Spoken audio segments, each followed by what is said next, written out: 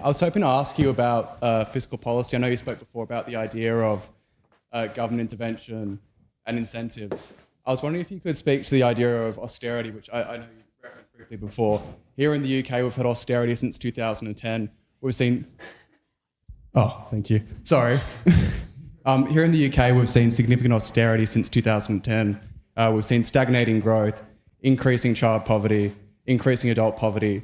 For the first time since, I think, World War II, we've seen an increase in the child mortality rate. We've also seen quite similar phenomena during the Great Depression years here in the UK between 1929 and 1939. I was wondering if you could speak to the idea that you think that's not as a result of austerity, and why you disagree, why you think that austerity policies will produce more benefit than fiscal spending. So in the short term, austerity policies do hurt, obviously. I mean, when people get dependent on the government spends oodles and oodles of money, and then the money disappears, the incentive structures change, and that creates an enormous amount of suffering in the short term, which is why you should try to take care of these problems before you reach austerity in the first place. The idea of debt-led growth cannot be sustainable forever is sort of the argument, that eventually you have to pay the bill.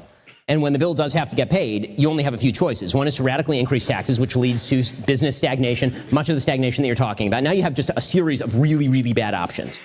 Right? So I'm not recommending austerity in terms of, preemptive austerity. I'm recommending restructuring these things in ways that actually are sustainable.